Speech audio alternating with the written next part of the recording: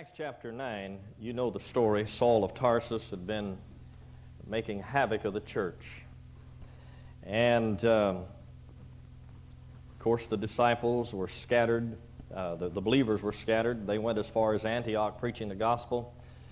Saul of Tarsus was on the road to Damascus, and he was miraculously saved because of the sovereignty of God. Be assured that the Apostle Paul was not looking for the Lord Jesus Christ when he was apprehended, or when Paul was apprehended. Now, after he got saved, he was very bold in Damascus. And then we know from the book of Galatians that the Apostle Paul spent some time in Arabia. Now, whether, as far as chronology, his trip to Arabia precedes what we're going to talk about or not, I'm not sure. I think that it did not. I think the event here perhaps it may have taken place somewhat after. But in verse 23, and after the many days were finished, the Jews took counsel to kill him, that is, Saul. But their lying in wait was known to Saul, and they watched the gate day and night to kill him.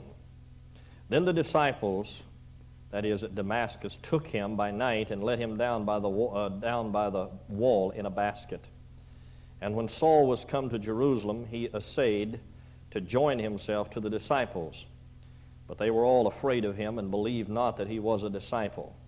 But Barnabas took him and brought him to the apostles. Now, here is a man that tried to join a church and couldn't. And that's what I want to talk to you about tonight, the man who tried to join a church and couldn't. You know, that's one of the most unusual thoughts for modern day that could ever cross our mind, that people could not join churches. Now, when you think about the Apostle Paul, it's somewhat understandable that he could not join the church at Jerusalem without some assistance, because his reputation in town was not the best. He had a reputation for killing Christians. And I'm sure that, without being too hard on those brethren at Jerusalem, if someone of that caliber in our neighborhood decided to be converted and join Open Door Baptist Church, we ourselves might be apprehensive. But through the help of Barnabas, the Apostle Paul was able to join that congregation and became one of its mightiest leaders. A man who tried to join a church and couldn't. The Bible says he essayed, that is, he attempted or tried to join himself to the disciples. But they were afraid of him. That is, they didn't want him. They were skeptical of him. They didn't need him. Now, Open Door Baptist Church was started about 14 years ago. I've told you the story so many times that you probably think I'm bragging when I'm telling you, but I'm not bragging. If I brag, I'd like to have better things right at this time to brag about. That's not what I'm bragging about. I'm not bragging. I'm just stating a fact to try to build a foundation, get a footing. But the church was started some 14 years ago and had good success. And folks were saved on a weekly basis and baptized, but there weren't as many saved then as are saved now. And there weren't as many baptized then as are baptized now. And yet the growth rate of Open Door Baptist Church was much faster then than it is now. Now, without scapegoating or justifying, that is the normal trend. But it doesn't necessarily mean that it's the acceptable trend. It is normal for a small church to grow much faster. It's kind of like a teenage boy. Kids grow a lot faster until they reach a certain age. In the summertime, before the summer's over, you got to buy new pants for them. You can see their white socks in just a few months. And our churches ought to be growing that way. And a church ought to reach a maturity level, but it ought not to reach a stagnation level. Now, the truth is that Open Door Baptist Church has not grown numerically, in my opinion, for the last 4 or 5 years. We've grown many other ways, and those other ways become substitutes for not doing what we ought to be doing. I met with our staff the other day, and I spent about 4 hours with them going over this situation and talking about the concern that in 12 months we baptized approximately 200 people. In 12 months, now not the last 6 months, but from now till 12 months back. we baptized approximately 200 people. We had over about 200 people to join the church. Now, you would think that a church that would baptize 200 people ought to be a growing church, wouldn't you? Normally, that's what you would think. However, that is not the case. Now, the reason for that is a reason that no one here except the new member can see. Now, the new member sees it, but no established member of this church sees it or will admit it. Now, you may agree with me nodding your head, but I hope that you agree in your heart before we're through. The real problem at this church and at most churches, just like Open Door Baptist Church, who have leveled off and plateaued for several years, is that people can't join them. Now, that's the real reason. You look at any church that grows from 0 to 50, it ought to grow from 0 to 100 if it's within a populace where it's possible. Why does it stop at 50? If a church can grow from 0 to 100 in a community where it can reach multitudes, why does it stop at 100? If a church can grow from 100 to 200, why does it stop at 200? There is an explanation, but it is not as simple as it may seem. Now, the real hard facts is Open Door Baptist Church is not progressing as it can and as it will. I have absolute confidence that it will. I have no doubt about it. And I think what I'm going to share with you tonight will help this church. If it doesn't help it, then I want to shut my mouth now, because my purpose for sharing this with you is so that you will see that most people cannot join established churches. They can't join them. Now, you don't agree with that, but I'm going to show you it's true. And I don't want to embarrass one person tonight. If anybody ought to be embarrassed, I ought to be embarrassed. I don't want you to be embarrassed. I want you to be enlightened. Now, Barnabas, or Saul, tried to join this church. He got converted. He had a lot of zeal. He was called of God. He had a burden in his heart. He had given his testimony boldly. But when he went back to Jerusalem, he couldn't get in. Now, Jerusalem was the first church, remember. It was the old-time church. That was the established church. And the more established a church becomes, the more difficult it is to join it. That's why churches can baptize hundreds and thousands and grow by tens and fifties. Now, I'm not talking about membership. Oh, no, preacher. We have 1, 2, 3, 4, 5. We have 5 doors people can come in and join. But our mistake is that when a person joins a church, is believing that he becomes a part of that church. And that's why many people who join churches don't stay. There are many other reasons, but these are primary reasons. Is they have joined, but they're not a part of. We say, well, they could be a part of it if they wanted to. No, they can't. And I'm going to show you they can't be. Now, when you and I look at this line that is between us and new members, it's no higher than a line on a baseball floor or a basketball floor. But when a new member sees that line, it's like the Berlin or the China Wall. And that wall is very definitive to him. Now, he'll come, he'll hear the sermon, he may get excited by the preaching, he likes the humor, he may enjoy the special, he may enjoy the friendliness, but ladies and gentlemen, friendliness does not mean that people will stay in a church, because, you know what? United Airlines is friendly. Every time I go down to the airport, they're friendly. Eastern Airlines is friendly, but I don't feel a part of the company. I even ride on the airplanes and pay the fare. Folks come to our churches and pay their tithe. But that doesn't mean they feel a part of that church. And folks only stay where they feel a part of it. And people stay where their friends are, in most cases. That's why when churches split, people leave with their friends. They may not even have a reason, but they'll leave with their friends. Friendship is imperative, and when people cannot get in and make friends, they may be members and they may be involved in activities and be busily involved in serving in that church, but in their heart and in their conscience, there's a gnawing reality that they do not feel a part of that church. Now, why is that? And I'll tell you what. If I took a survey on Sunday morning and asked the congregation, just answer these two questions. Number one is, are you a member of this church? And number two, do you feel a part of this church? I will bet you 20% of the people would say, I don't feel that I'm a part of it. 20% of the members would say, I don't feel that I'm a part. They can't join.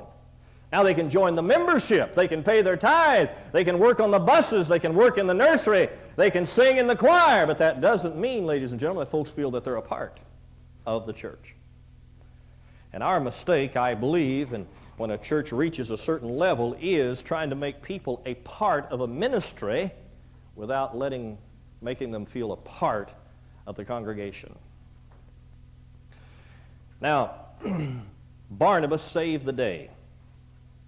What if Barnabas and Peter had a Bible study going on at the church at Jerusalem? Or let's suppose Barnabas and Simon Peter were calling partners.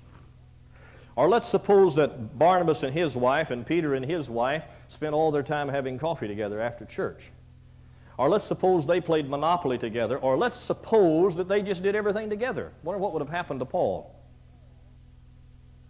Paul would have never gotten in that church if Mr. and Mrs. Barnabas and Mr. and Mrs. Simon Peter had been best friends. Paul would have never gotten in. Now, you know what's happened at Open Door Baptist Church and happened to churches across the country? Best friends spend all their time together, and I've said this 1,000 times. You've heard me say it. We think we're a friendly church because we're friendly with the people we know. They're our best friends. And the reason we feel that way, folks, is because all of our needs are met emotionally, spiritually, as far as serving, everything's met. And so we assume everybody has their needs met. You know how you get your needs met? By making a friend with somebody. That's the key. I went downstairs, and I thought of this the other day, and I don't want Saturday morning at breakfast time, at the breakfast downstairs. 3 of the most recent families are men who joined this church. All 3 of them were sitting at a table by themselves. All of our old timers were all sitting at the same tables. Now, I saw that immediately. I think Brother Hughes probably saw. I know Brother Newell did. I saw that immediately.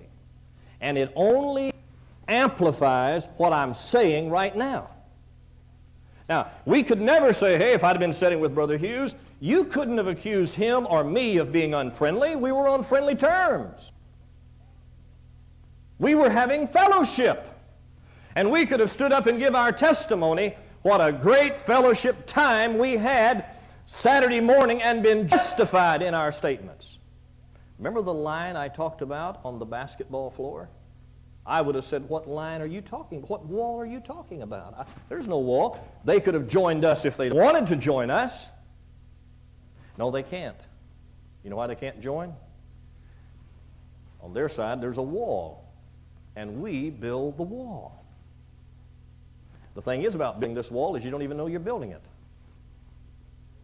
Nobody knows they're building it. They're too busy fellowshipping with the old saints. Mr. and Mrs. Barnabas and Mr. and Mrs. Simon Peter spend all their time together, and the Apostle Paul can never get in the church. Oh, he could join if he wanted to and put in his tithe, and if he wanted to, we make announcements from the pulpit, don't we? Let me ask you this. When was the last time you personally spent any time with a new convert?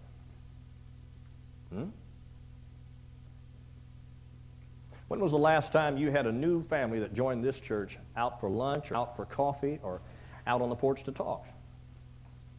Now, what I'm saying right now is proof of what I've been talking about. We have the same people over all the time, and we do this perpetually until Jesus comes. Now, folks are concerned many times about the size of a church. A lot of folks say, I like little churches because, I know everybody. Now, listen. That is a misconception. You may know everybody, but it doesn't make you any better off. A person who says that is selfish, which means they want to know everything that's going on. If I get in a bigger church, there may be some things going on and I can't keep up with it. Now, no matter how small or how large the church, you cannot know over 40 people. I'll bet you if I checked with you right now and had you to write down the names of people in this church or any church you've been in, you couldn't give me the names of more than 40 people. And you can't be close friends with more than 5 to 7 people. And most of you only have 2 or 3 close friends, regardless of the size of the church. Regardless, doesn't matter. Doesn't matter if it's a big church. I was saved in Wenatchee and moved to Soap Lake, and I had, in that little church, I guess they might have had 100 on Sunday. I had 2 close friends in that church. I could have had more, but it's difficult to be close friends with more than 2 people. It's almost impossible to have more than 2 close friends, 2 families. Now, how are we going to solve that problem?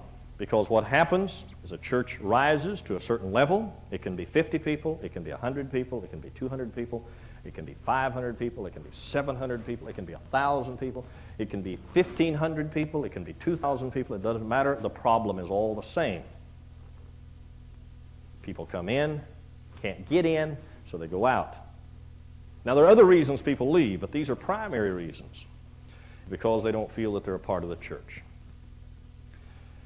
Now, what we need is we need a choir full of Barnabases. You see? You folks that are in the choir, if you set your mind to it, you could fill that choir up in 1 week. You could do it. But you know what happens? Many times when people get in the choir as a member, they still do not feel a part of the choir. They're not made to feel a part. You say, I don't believe that. Well, talk to the folks that believe it. The same thing will be true in a Sunday school class. The same thing is true in the bus ministry. The same thing is true in the nursery. Now, here's another ironic twist to all of this. Do you know some people don't want new people in their groups? They don't want them. They don't want new workers in the junior church. They don't want new members in the choir. They don't want new people in their church joining it. They don't want new people in ministries. They don't want them because it creates an insecurity. There's an intruder coming in. You know, and if I'm trying to have fellowship with Brother Hughes and somebody starts bidding for my time, then my fellowship's being busted up. And I feel threatened because I'm going to have to share my time. If I keep the church as small as it is and keep my little friendship, then I don't have to share, and there's no danger that I'm going to lose anybody. Let me show you another thing. I've seen the same thing at the work party. The work party.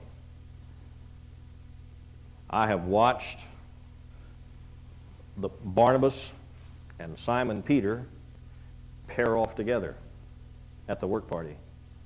And Saul couldn't become a part of it. Oh, he had a hammer in his hand. He could drive a nail if he wanted to, but that's not what he wanted. He wanted friendship and fellowship.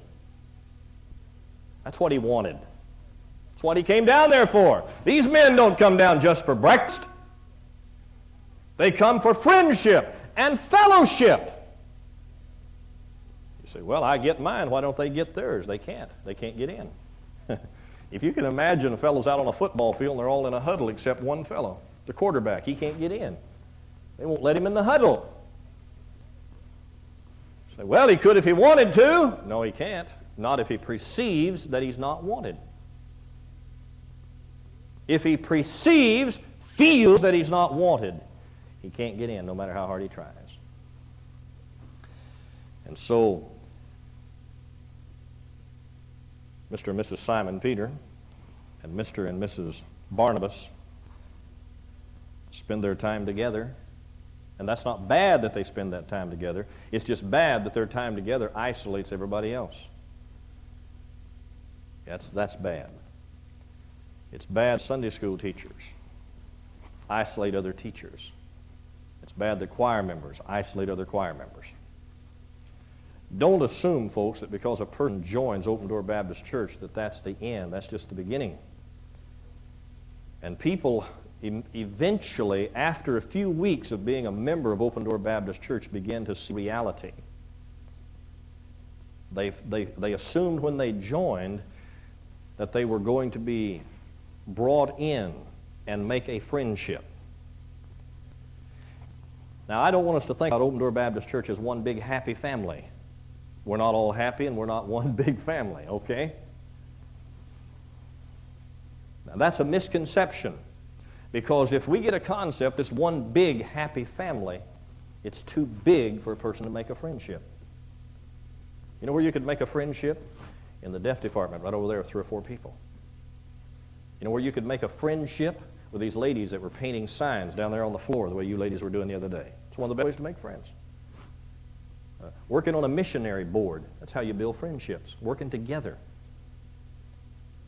Cleaning the church together. Working out here on the bus. Brother Lowe, there's been a fellow been working with him. What's that fellow's name, the bricklayer? Gordon. Now, they've been working together. And Gordon feels, I believe, that, hey, I'm developing a friendship here. Here's a fellow, we've got something in common. They work together for several hours. It's hard to work with somebody for several hours without developing a friendship unless there's something wrong with you. You know, if you didn't use your deodorant, that might be a problem. People want friendship. More than just being a trooper filling up a position. Now, there's another side to the coin, folks. There's some people, very few of them, very few, who perhaps, because of their own makeup, reject the body. They just won't join. We've gone through a period of heart transplants and organ transplants, and we've seen that these organs can be taken from healthy people, but when the body takes them in, it rejects them. And sometimes that happens in a church body. There's just a rejection. There are people who would dissolve an entire ministry before they would put up with a particular person in it. And that kind of thing happens at churches. Saul tried to join himself to the disciples, but he could not. Isn't that ironic? Here's the best Christian that ever lived and couldn't get in the church.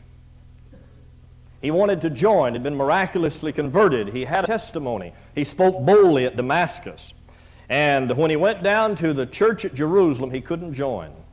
Now, we understand perhaps why Paul couldn't get in, why he could not be made a part of that body until one person took him aside and began to work with him.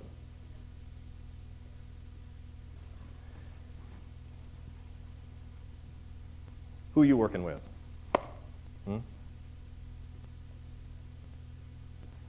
Are you spending time with a Christian that's been saved within 6 months? Or are you with one of the old saints? You still running around with Simon Peter? Personally, I think the problem in that, ladies and gentlemen, is selfishness on our part. We are not willing to sacrifice our own interest for the benefit of a new Christian like Saul. Now, there's no age limit on this. You can do this at 8 as a teenager. You can do this as a young married couple. You can do this as a family people. You could do this as senior citizens. There's no age limit on this. Everybody wants and needs a friend. And they're going to find a friend, by the way. Everybody's going to find a friend. They'll find it at Open Door Baptist Church, or they'll move on somewhere else and find it, but they'll find it. They'll find it. And most people who are unhappy in the church with their ministries are unhappy because they have not been made to feel a part of the congregation. Not the church family, but any particular ministry. Jeff Hutt works with the bus ministry. He's built some friends there. Mrs. Jacobs works in the deaf ministry. She's built some friends with deaf.